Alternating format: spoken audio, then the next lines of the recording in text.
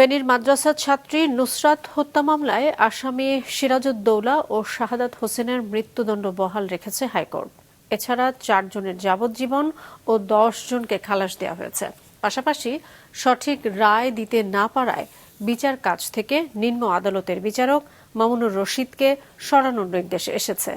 এই রায়ে সন্তুষ্টি জানিয়েছেন এলাকাবাসী ও নুসরাতের স্বজনরা। ফেনী রিপোর্টার জমির বেগের পাঠানো তথ্য ছবিতে ডেস্ক রিপোর্ট। ফেনীর বহুল আলোচিত মাদ্রাসা শিক্ষার্থী নুসরাত হত্যা মামলার রায় দুপুরে ঘোষণা করেন বিচারপতি বিশ্বদেব চক্রবর্তী এবং বিচারপতি KM রাশেদুজ্জামান রাজার হাইকোর্ট বেঞ্চ।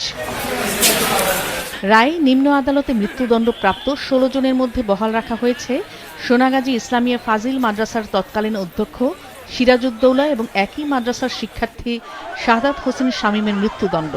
এছাড়া সাজা কমিয়ে যাবজ্জীবন কারাদণ্ড দেয়া হয় নুরুদ্দিন মোহাম্মদ জোবায়ের, উম্মে সুলতানা ওরফে পপি এবং জাবেদ হোসেনকে।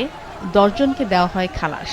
আসামিরা নিজেরাই স্বীকারোক্তি দিয়েছেন ম্যাজিস্ট্রেটের কাছে যে কারা কিভাবে ঘটনা ঘটিয়েছে। এই সামগ্রিক বিবেচনায় আদালত রায় দিয়েছেন। মূল কথা হচ্ছে 2 জনের মৃত্যুদণ্ড বহাল, মৃত্যুদণ্ডপ্রাপ্ত 4 জনের মৃত্যুদণ্ড থেকে সাজা কমিয়ে যাবজ্জীবন কারাদণ্ড, বাকি 10 জন হচ্ছে বেকসুর খালাস। এর আগে 2019 সালের 24 অক্টোবর ওই 16 জনকে মৃত্যুদণ্ড দিয়েছিল ফেনীর নারী ও শিশু নির্যাতন দমন আদালত। এভাবে গণহারে মৃত্যুদণ্ড দেওয়ার বিষয়টিকে আজ উচ্চ আদালতে তুলে ধরে ক্ষোভ প্রকাশ করেন আসামি পক্ষের আইনজীবীরা। আমরা জুবায়েরের জন্য উচ্চ আদালতে আপিল করব। আমরা একটি বড় আর্গুমেন্ট করেছিলাম, যে আর্গুমেন্টের জবাব রাষ্ট্রপক্ষ দিতে পারে নাই। ওই প্রেমিসিসে একটা সিসিটিভি ক্যামেরা ছিল।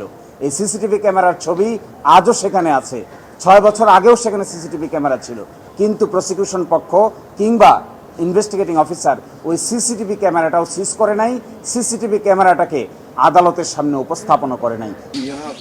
এদিকে হাইকোর্টের রায়কে কেন্দ্র করে সোনাগাজী পৌরসভার চরচান্দিয়া এলাকায় নুসরাতের বাড়ি ও এর আশেপাশের এলাকায় গেল শনিবার থেকে নিরাপত্তা জোরদার করা হয়েছে। রায় সন্তোষ জানানোর পাশাপাশি নিরাপত্তা বহাল রাখার দাবি জানিয়েছেন নুসরাতের পরিবার ও এলাকাবাসী। আজকে আদালতের মাধ্যমে এই ঐতিহাসিক রায়ের মাধ্যমে আমাদের এলাকাবাসীর প্রত্যাশা পূরণ হয়েছে। আমরা ন্যায় বিচার পেয়েছি বলে মনে করি। আমরা সন্তুষ্ট রায়ে, যেটা হত্যা প্রকাশ হয়েছে আজকে নুসরাতের হত্যা করা হয়েছে। আমরা এই রায়, আমরা আদালতের প্রতি অনেক শ্রদ্ধাশীল। আমরা জানি আমরা ন্যায় বিচার পাবো।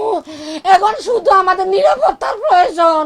নুসরাত জাহান রাফির পরিবারের সদস্যদের সুরক্ষার জন্য তাদের বাড়িতে অতিরিক্ত পুলিশ মোতায়েন করা হয়েছে। 2019 সালের 27 মার্চ নিজ কক্ষে ডেকে নিয়ে নুসরাতের শ্লীলতাহানি করে সিরাজউদ্দৌলা। এই ঘটনায় মামলা হলে গ্রেফতার করা হয় তাকে। মামলা তুলে না নেওয়ায় 6 এপ্রিল মাদ্রাসার ছাদে ডেকে নিয়ে নুসরাতের হাত পা বেঁধে গায়ে কেরোসিন ঢেলে আগুন ধরিয়ে দেওয়া হয়। পরে 10 এপ্রিল ঢাকা মেডিকেল কলেজ হাসপাতালের বার্ন ইউনিটে চিকিৎসাধীন অবস্থায় মারা যায় নুসরাত। এ ঘটনায় সোনাগাজী থানায় মামলা করেন নুসরাতের বড় ভাই মাহমুদুল হাসান নোমান। মাছরাঙা নিউজ ডেস্ক।